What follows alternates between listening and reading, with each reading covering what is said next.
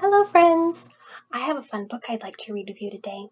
It's about a girl and her family and how they all work together to save up money to buy a special chair. Would you like to read it with me? Let's give it a try. It's called A Chair for My Mother by Vera B. Williams.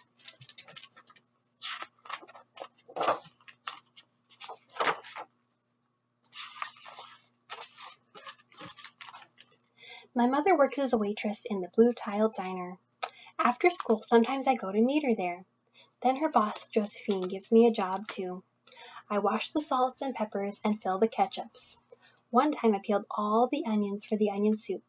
When I finish, Josephine says, "Good work, honey," and pays me. And every time I put half my money into the jar.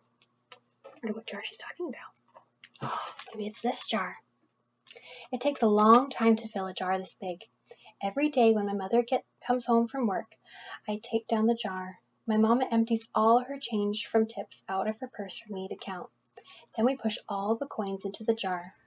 Sometimes my mama is laughing when she comes home from work. Sometimes she's so tired that she falls asleep while I count the money into piles. Some days she has lots of tips. Some days she has only a little. Then she looks worried. But each evening, every single shiny coin goes into the jar. It's going to take a long time to fill up that big jar. We sit in the kitchen to count the tips. Usually Grandma sits with us too. I bet that's the grandma. While we count, she likes to hum. Often she has money in her old leather wallet for us. Whenever she gets a good bargain on tomatoes or bananas or something she buys, she puts by the savings and they go into the jar. When we can't get a single other coin into the jar, we are going to take all the money and go and buy a chair. Yes, a chair. A wonderful, beautiful, fat, soft armchair. We will get one covered in velvet with roses all over it. We're going to get the best chair in the whole world. That is because our old chairs burned up. There was a big fire in our other house. All our chairs burned up. So did our sofa, and so did everything else. That wasn't such a long time ago. It's so sad, everything burned up. My mother and I were coming home from buying new shoes. I had new sandals, and she had new pumps. We were walking to our house from the bus. We were looking at everyone's tulips. She was saying she liked red tulips, and I was saying I liked yellow ones.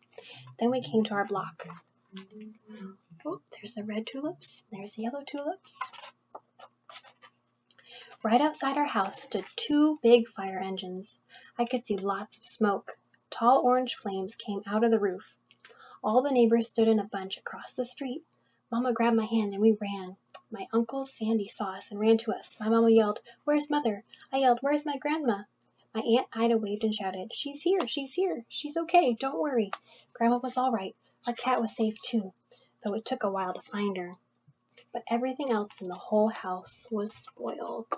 Oh no. Look, it's all black and burned up. That's so sad. What was left of the house was turned to charcoal and ashes. We went to stay with my mother, sister, Aunt Ida, and Uncle Sandy. Then we were able to move into the apartment downstairs. We painted the walls yellow and the floors were all shiny, but the rooms were very empty. I don't have any furniture anymore. The first day we moved in, the neighbors brought pizza, cake, and ice cream, and they brought a lot of other things too. The family across the street brought a table and 3 kitchen chairs. The very old man next door gave us a bed from when his children were little.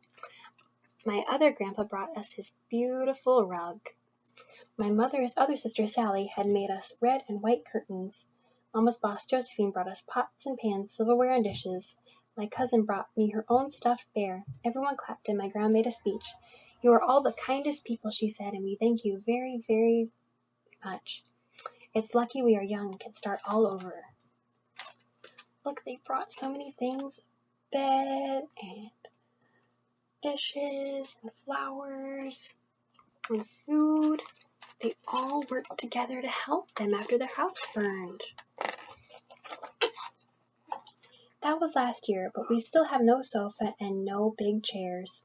When Mama comes home, her feet hurt. There's no good place for me to take a load off my feet, she says. When Grandma wants to sit back and hum and cut up potatoes, she has to get as comfortable as she can on hard kitchen chairs.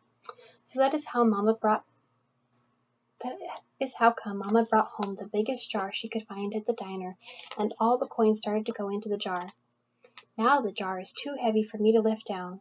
Uncle Sandy gave me a quarter. He had to boost me up so I could put it in. Look how full it started. It started almost empty, and now it's full all the way to the top. After supper, Mama and Grandma and I stood in front of the jar. Well, I never would have believed it, but I guess it's full, Mama said. My mother brought home little paper wrappers for the nickels and dimes and quarters, and I counted them all out and wrapped them up. On my mother's day off, we took all the coins to the bank. The bank exchanged them for $10 bills. Then we took the bus downtown to shop for our chair. What chair do you think they're going to buy? Look, there's a red one, a yellow one, brown one. We shopped through 4 furniture stores. We tried out big chairs and small ones, high chairs and low chairs, soft chairs and harder ones. Grandma said she felt like Goldilocks and the 3 bears trying out all the chairs. Finally, we found the chair we were all dreaming of, and the money in the jar was enough to pay for it. We called Aunt Ida and Uncle Sandy. They came right down in their pickup truck to drive the chair home for us. They knew we couldn't wait for it to be delivered. Which chair do you think they got? They got the one with the roses. I tried out our chair in the back of the truck. Mama wouldn't let me sit there while we drove, but they let me sit in it while they carried it up to the door. Here's the chair. We set the chair right beside the window with the red and white curtains. Grandma and Mama and I all sat in it while Aunt Ida took our picture. Now Grandma sits in it and talks with people going by in the daytime. Mama sits down and watches the news on TV when she comes home from her job.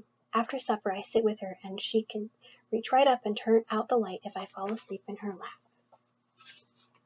And there's a picture of all of them in the chair. That was a fun story. Thank you for reading with me. I liked how they all worked together to help save for the chair, and how all the neighbors helped them when they had a fire. Maybe you can talk with your family about some ways that you can work together on a project or to build something fun. I hope you have fun working together.